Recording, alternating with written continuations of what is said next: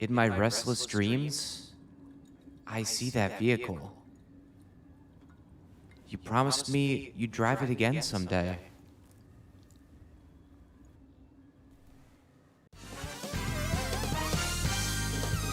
Your favorite bus driver is back. Hot Wheels Velocity X is a combat racing game that features cars from the Hot Wheels line of toys. It was released in 2002 for the PC, GameCube, Game Boy Advance, and PlayStation 2. Velocity X offers a variety of game modes to choose from, but the main game is played through the adventure mode. As you progress through it and complete specific challenges in each area, you can unlock more cars to play as. Thank goodness I just so happen to have a memory card laying around with everything unlocked already. Every car can be used in each game mode, and they all have stats that are based on armor, speed, grip, and stunt. The unrelated Silent Hill 2 reference already spoiled it, so it's obviously no secret that the Surfin school bus is one of the worst cars in the whole game. While it has the best armor stat, the bus's bulkiness makes it an easy target for attacks, and it's bundled together with some of the worst speed, grip, and stunt stats in the game. That hasn't stopped me yet, and if we can do it in Burnout while playing in 16:9 on a 4:3 screen, then we can surely see if it's possible to beat Hot Wheels Velocity X using only the Surfin school bus. For this challenge, I'll be attempting to complete the adventure mode on the hardest difficulty. There are 14 missions to complete in total, each having a few small tasks in between. So since Velocity X isn't your traditional racing game, I'll briefly explain each mission as I go along. Adventure mode starts us off by introducing the leading man, Max Justice, and he delivers a pretty cringy monologue that surely had the early 2000s kids mesmerized by his coolness. Some kids play basketball after school. I have a reputation to defend. Max's dad is Dr. Peter Justice, and his Hot Wheels engineering plant has been broken into and planted with explosives. So we gotta get to the tire factory, take care of some goons, and reach the engineering plant. Simple tasks for a slick, way past school road racer like Max, right? Well, we already begin this challenge with some problems. Every objective in each mission gives you a time limit, pretty common for games like this. While easy mode offers you a generous 6 minutes to get to the tire factory, very hard tells you to do it in 1. Good thing this first objective isn't that hard, but the next one requires you to defeat 2 cars in battle, and unfortunately, combat isn't something the bus was built for. Attack them with your weapons, bus! Almost every attack will have the bus slipping and sliding everywhere under the sun, and attacking the other cars, especially when you didn't take any time to learn how the gadgets work, can be pretty difficult. Speaking of gadgets, you start with 3, and more can be unlocked by completing challenges in the challenge mode. Or you can have a save file with every gadget readily available to you. One gadget can be selected before you start each mission. Here's what they all do in case you're curious. I opted for the Ripper wheels, which was probably the worst thing I could have picked. Despite my impatience, I defeated both cars with time to spare, and now had to follow the arrows to the engineering plant. Getting from point A to point B shouldn't have been any trouble, but yet again, my impatience would lead to my downfall. During the final objective, you can collect these little chrome spheres which give you points, and points slowly fill up your ammo and boost meter. You also have opportunities to perform stunts while in the air to fill up the boost meter as well. And yeah, well, I didn't realize this at the time, so I failed the mission. Now for the worst part of this game in my humblest of opinions. When you fail an objective, you start right at the beginning of the mission. No checkpoints or anything, it's back to the beginning with you. And the game doesn't let you just reset to the start of the mission. You have to skip the cutscene, select your car and gadget, and then you can give it another shot. I suppose it makes sense in case you want to choose another car or gadget that's better suited for the mission, but just give an option to go back to the car select or something. I timed out a few times, then got some actual sense and switched out my Ripper wheels for the Super Zapper. The fact that the Zapper shots lock onto your opponent when you're in range made this battle so much easier. I still got whipped around a lot though. All I had to do now was reach the engineering plant, which I was able to do with minimal issues and no boosts. Wait a second. Turn. Back at the Justice headquarters, Gearhead, which is this robot's actual name by the way, tells us a bomb has been planted at the Hot Wheels tire factory, and we need to get rid of it by pushing it somewhere else. The start of the mission is no problem. We get to the tire factory, and upon arrival, there are 2 cars that need to be destroyed before we can advance. The first part I handled just fine, but the second was a nightmare. While it wasn't an issue in the first one, you're told before every mission begins that if you hit a barrel, traffic cone, or red stopwatch, you lose time. With how large the bus buses, it can be kind of hard to avoid these things. But there's more. Oh Lord in heaven, there's more. Sometimes when you reach an objective, your timer resets. Not here though. You have to get to the tire factory, defeat 2 cars, and reach the bomb in the span of 2 minutes. To a seasoned veteran of this game, this may not be that difficult, but to the best bus driver in training, this mission was an incredible pain in the rump. It felt like there was barely enough time to reach the bomb after defeating the 2 cars. When I actually managed to disable these fellas, I ran into another big problem.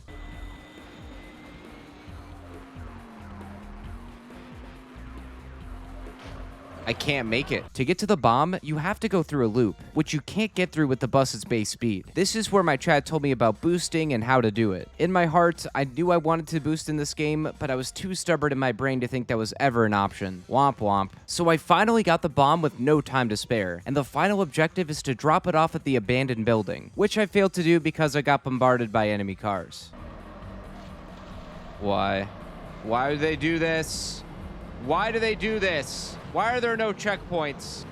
Oh my god, they have the bomb. Oh yeah, you'll come across some enemies trying to stop you in most missions. Avoiding them isn't the hardest thing in the world, but if you're carrying a key item and they hit you, the item will fall off and you have to pick it up. This alone can turn the easiest tasks into actual hell, especially with the bus being such an easy target. This mission, while only being the second and extremely bothersome, was humbling and a good learning experience for me. I learned how to boost and handle the bus better around time hazards, got used to some combat, and gained a sense of urgency while handling explosives. All of these things aided to a successful mission after many, many tries. Despite our success, the explosives were a diversion for the dastardly Conrad Nitro Burn to steal our cars and computer disks, which contained the plans for the Velocity X car project. Soon enough, Conrad makes an appearance and says he'll race us for the disks, but if we lose, we gotta pony up some cash. Conrad also sounds way too silly to be a villain. If you're interested, I'd be willing to race you for ownership. So off we go. First, we have to make a withdrawal from our Wells Fargo bank account, prove to Nitro that we have it, and race him for the stolen discs. I thought it was kind of silly that the first objective is to get to the bank, a basic everyman task, except when you have to go through the loop again and don't have enough speed to make it through. Making it to the bank was as easy as pie, but then a car comes out of nowhere and steals it, which why is the money in the road to begin with? Now we gotta chase after this thief and get our doubloons back. This guy gets a decent lead ahead of us,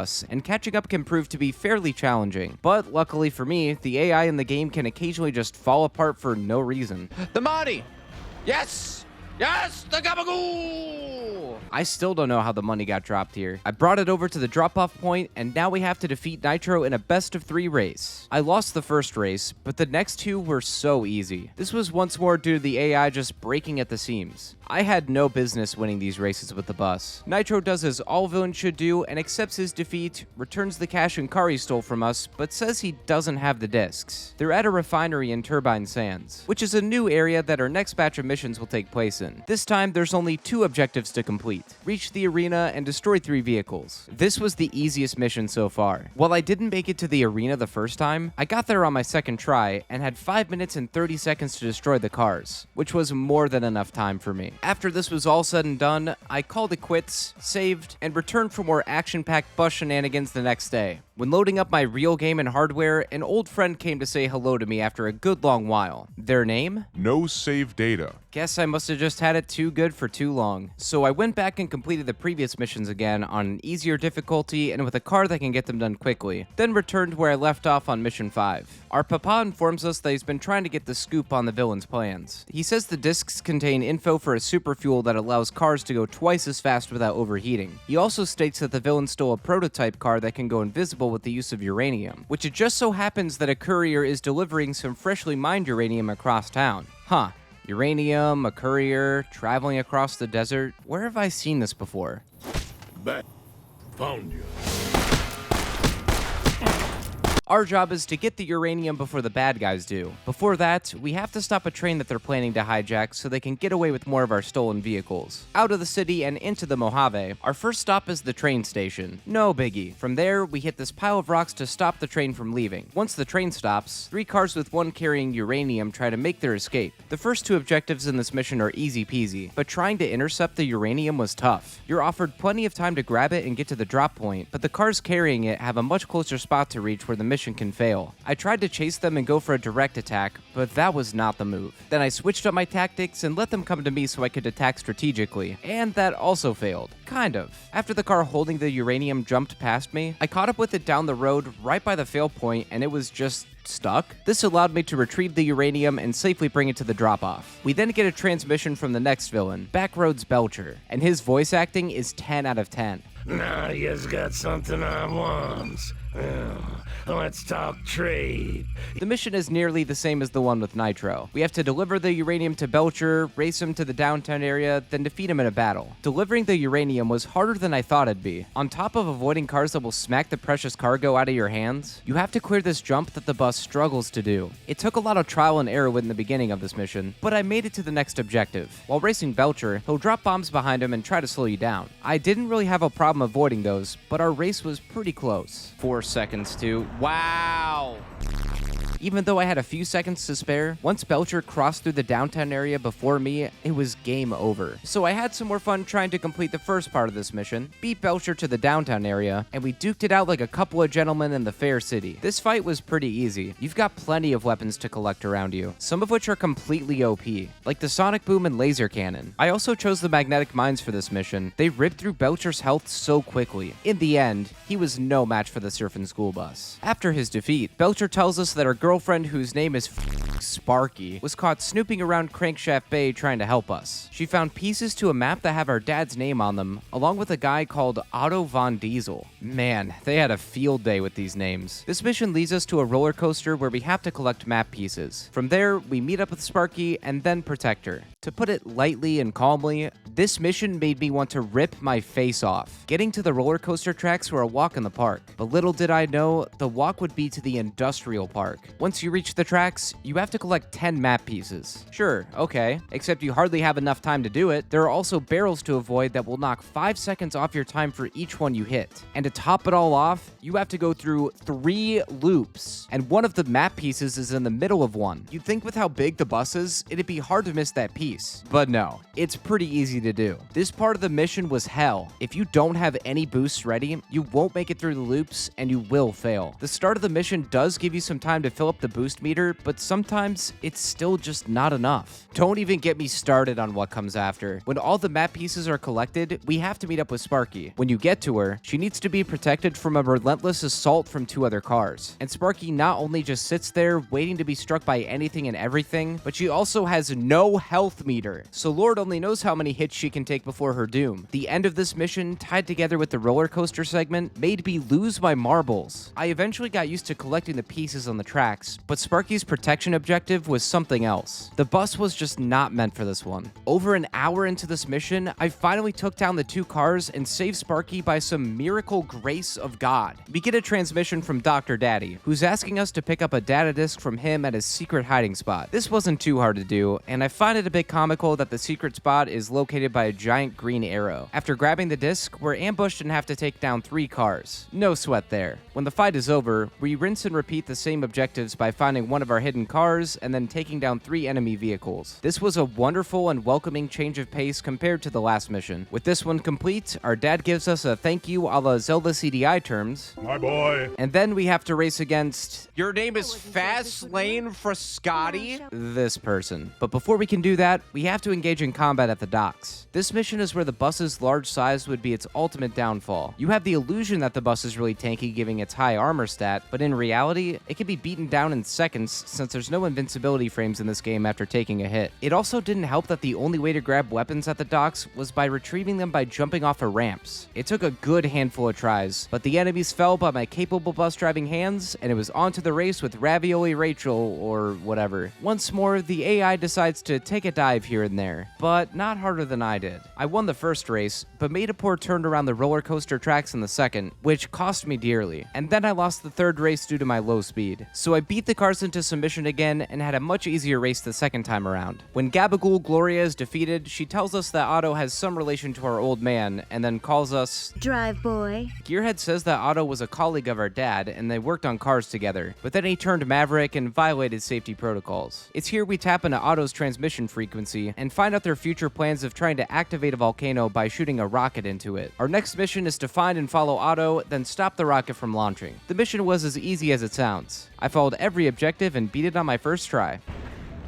You gotta be kidding me. More plot coming through. We learn that the volcano fumes are needed for the prototype car's super fuel. Since we stopped the planned eruption, Otto will now set its sights on the convenient collection canister of fumes that our dad just so happens to have laying around, which of course we'll need to get before them. Our call is interrupted by this Darth Vader knockoff. Simon Slick DeLuca?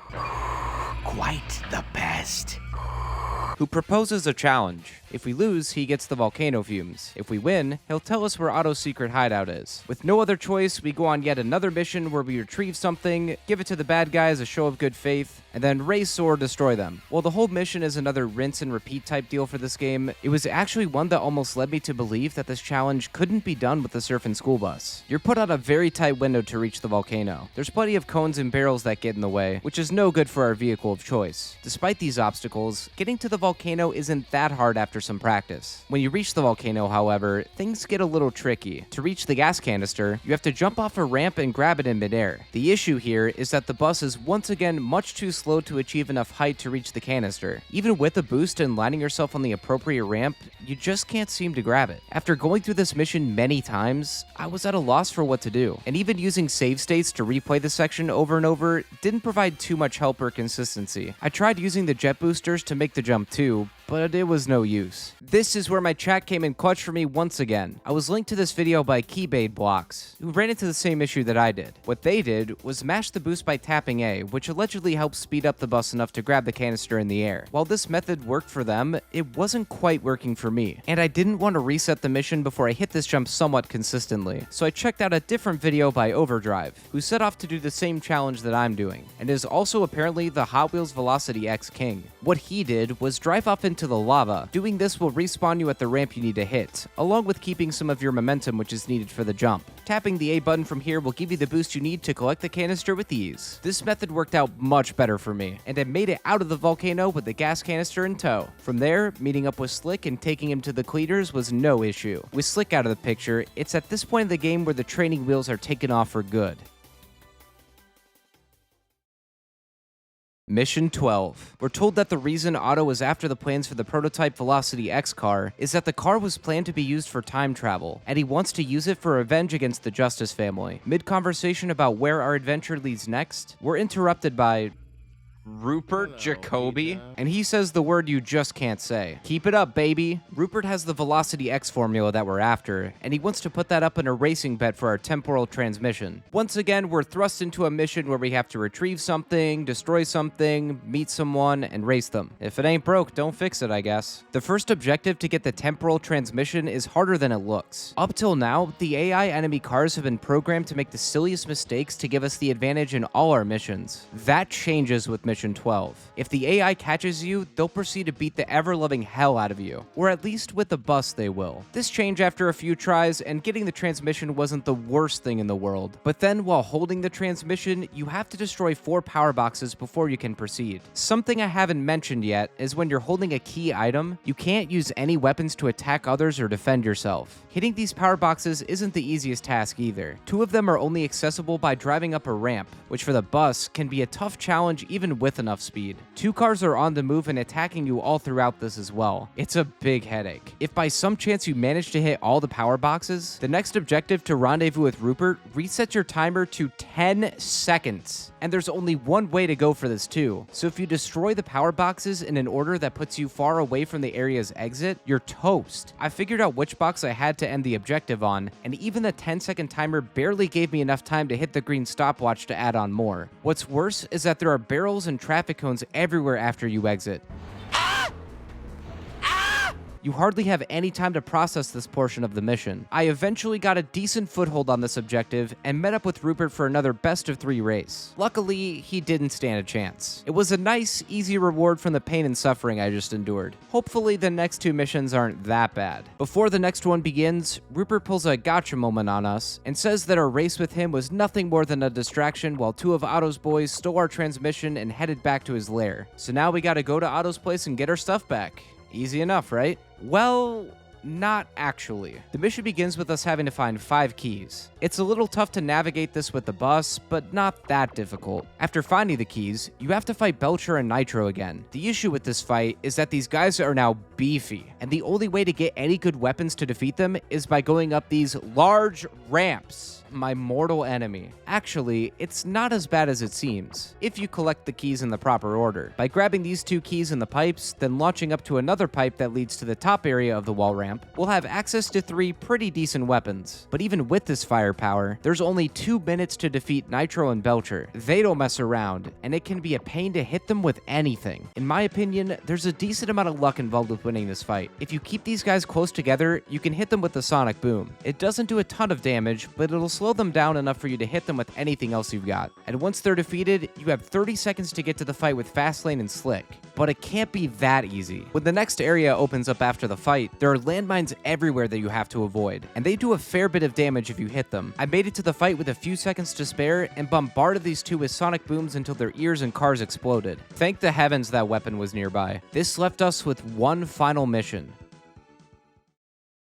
While we've retrieved all of our missing parts and discs and whatnot, Otto tells us that he ain't stupid and made copies of all the files to complete the prototype car, and he's going to use it to go back in time to stop the doctor from bearing a child with his wife. The objectives for the final mission are as simple as they've been all game long. Get to the control center, disable Rupert, destroy the control center, and defeat Otto once and for all. First up is getting to the control center. This objective is not only on a really short time frame, but the path to get there is riddled with barrels and landmines. The barrels I can get around, but the landmines are something else. These things have a huge hitbox, and as I mentioned before, they take away a good chunk of health. Also, if you hit a landmine and the explosion hits a barrel, it counts as you hitting it, and you lose time. You can tell throughout this objective that the game is begging you to use any vehicle but the Surfin school bus. Even with a different car, I still think this would be tough to navigate through. Next up is the fight with Rupert, but it's not just him. He has 2 other goons that almost immediately slam into you and begin their assault when the fight starts. The 2 other cars have low health and can be taken down easily, but they constantly run into you and make this one of the hardest fights in the entire game with the bus. You also only have 2 minutes to take Rupert down, which barely feels like it's enough time at all. There are better weapons above past the, oh boy, wall ramps, if you could even manage to make it up there with the bus. This whole fight is an absolute train wreck,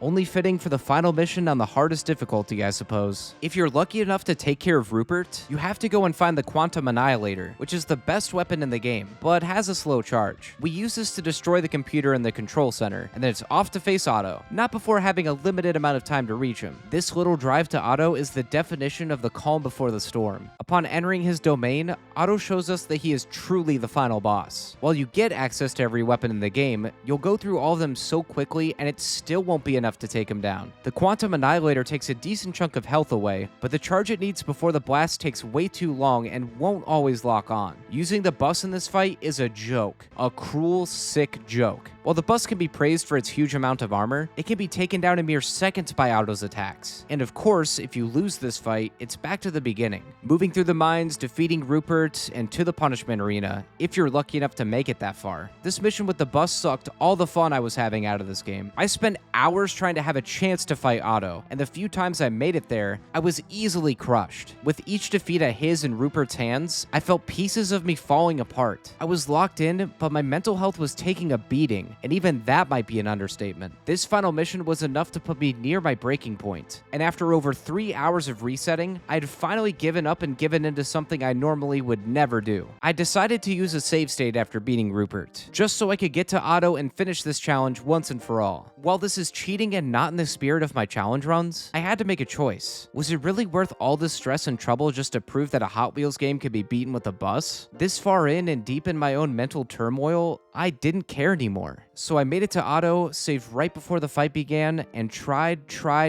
again to defeat him so I could move on and away from this. After a couple of resets, I finally managed to make it happen. But it didn't feel right. Even if I technically proved that this could be done, I cheated to make it happen. And watching the credits roll, I knew that I hadn't earned this victory. Even though it was all over with, I dreaded reaching this point in the video where I show you all that I made it this far just to cheat and take a technical win. In my heart, I knew I couldn't accept this.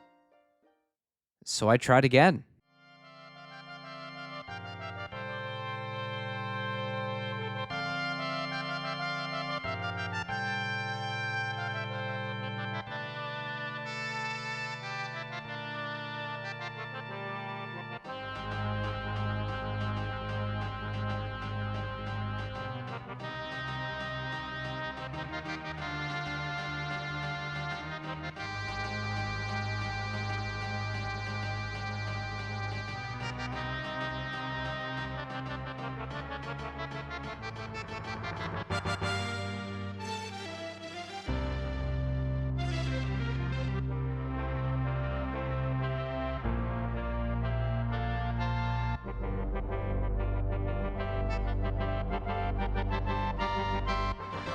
A, man.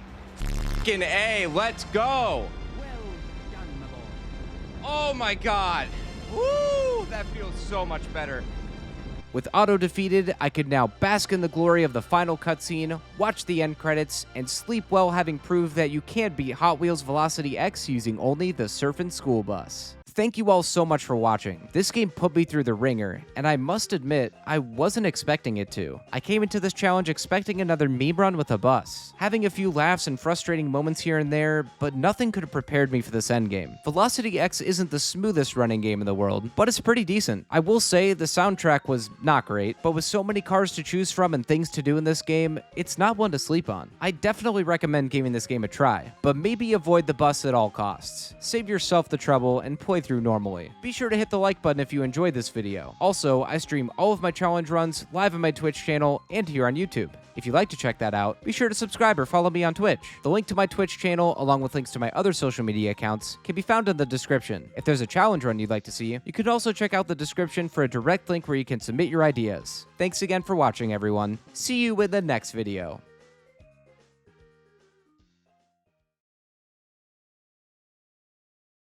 Oh, hello, boys. My name is Taylor Too Fast. I have some information for your father.